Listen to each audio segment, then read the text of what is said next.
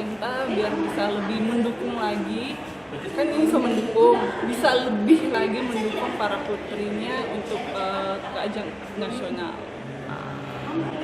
Untuk mengharumkan nama Sulbar ya. Ya tentunya untuk mengharumkan nama Sulbar, terus membuat pariwisata Sulbar, karena saya sendiri akan mengangkat Sulbar lewat pariwisatanya. Oh, berarti yang paling menonjol ini pariwisata yang tidak. Ya, pariwisata, kemudian kuliner, dan budayaannya. Apa yang ditampilkan nanti di ajang Putri Indonesia? Di ajang Malam Bakat. Ya.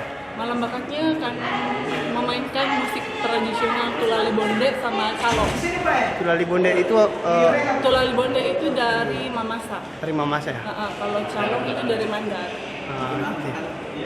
Agendanya hari ini ketemu siapa saja? Ketemu sama Lain. agendanya banyak, mau ketemu Pak Gubernur, terus Wakil Gubernur dan lain